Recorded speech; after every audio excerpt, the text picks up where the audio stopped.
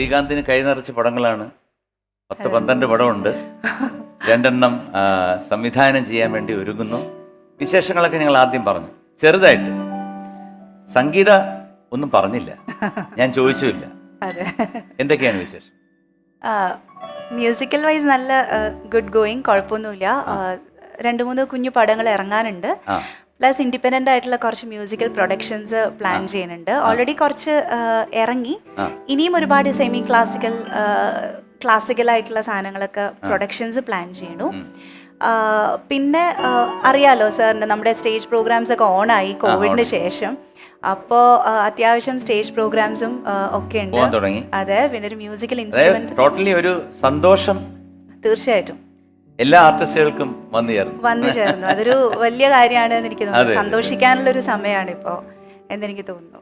എന്തായാലും ഒരുപാട് സന്തോഷം. രണ്ടുപേരെയും കൂടി ഇരുത്തി എനിക്ക് ഇങ്ങനൊരു പ്രോഗ്രാം ചെയ്യാൻ സാധിച്ചില്ല. എന്നോട് ഒന്ന് ക്ഷമിക്കണം. ഞാനിപ്പോൾ ഇവിടെ ഇങ്ങനെ ഈ ഇരിപ്പിരിക്കുന്നുണ്ടെങ്കിൽ അതിന് ഏതാണ്ട് 90% അതിൻ്റെ ക്രെഡിറ്റ് അവകാശമുള്ള ആളാണ് എം ജി ശ്രീകുമാറെന്ന് ഞാൻ പറയും. സിനിമാ മോഹമുള്ള ധാരാളം ആൾക്കാരെ അണഞ്ഞതുപോലെ കൈപിടിച്ച് കയറ്റിയിട്ടുണ്ട്, ആരോടും പറയാതെ.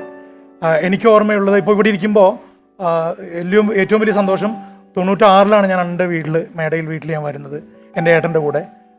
ഒട്ടും പ്രതീക്ഷയില്ലാതെ ആണ് ഞാൻ അവിടെ വരുന്നത്. പ്രിയദർശൻ സാറിൻ്റെ കൂടെ വർക്ക് ചെയ്യണത്. അപ്പോൾ സാറിൻ്റെ അസിസ്റ്റൻസിൻ്റെ പേര് പറഞ്ഞുകൊണ്ടാണ് നമ്മുടെ കോൺവെർസേഷൻ തുടങ്ങുന്നത്.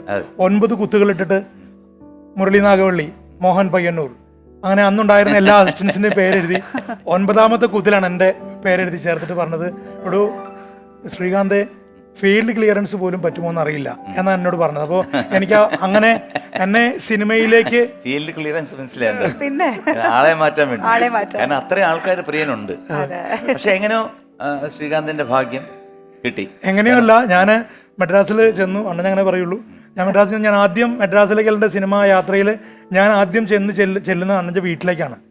അപ്പോൾ അണ്ണൻ രാവിലെ പ്രഭാത കർമ്മങ്ങളെല്ലാം കഴിഞ്ഞിരിക്കുന്ന സമയത്താണ് ചെല്ലുന്നത്. അപ്പോൾ ചായ കുടിച്ചു. അത് കഴിഞ്ഞിട്ട് പ്രിയൻ സാർ അണ്ണൻ്റെ വീട്ടിലേക്കാണ് വരുന്നത്. സാധാരണ ഡയറക്ടറുടെ വീട്ടിലേക്ക് നമ്മൾ അങ്ങോട്ട് പോവുക, മറിച്ച് അണ്ണൻ്റെ വീട്ടിലേക്ക് സാർ വന്ന് ഞങ്ങൾ തമ്മിൽ പരിചയപ്പെട്ടുകൊണ്ടാണ് എൻ്റെ അസിസ്റ്റൻ്റായിട്ടുള്ള എൻ്റെ ജീവിതം, അല്ലെങ്കിൽ സിനിമയിലെ എൻ്റെ ജീവിതം തുടങ്ങുന്നത്. അപ്പോൾ ഈ ഒരു സമയത്താണ്, ഇതായിരിക്കും ഏറ്റവും നല്ല സമയം എന്ന് എനിക്ക് തോന്നുന്നു. അപ്പോൾ അത് 350ാമത്തെ എപ്പിസോഡാവുക, അമൃത TV ആവുക. അപ്പോൾ അമൃത TVയോടും ഈ പ്രോഗ്രാമിൻ്റെ ആൾക്കാരോടും പ്രത്യേകിച്ച് അണ്ണനോടും അങ്ങനെ പറയേണ്ട കാര്യമില്ല. പക്ഷേ ഔപചാരികത ഭാഗമായിട്ട് ഞാൻ ഹൃദയം നിറഞ്ഞ് സന്തോഷം. ഇതെല്ലാം തലയിൽ എഴുതിയിട്ടുള്ള കാര്യങ്ങളാണ്.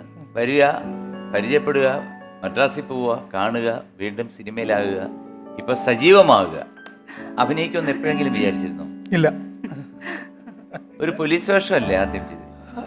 അഡ്വക്കേറ്റ് ആയിരുന്നു, ആക്ഷൻ ഹീറോ ബിജുവിൽ. അപ്പൊ അങ്ങനെ കുറെ സിനിമയിൽ അഭിനയിക്കാൻ താല്പര്യമില്ലേ? അതോ ശ്രീകാന്ത് വിടാത്താണോ?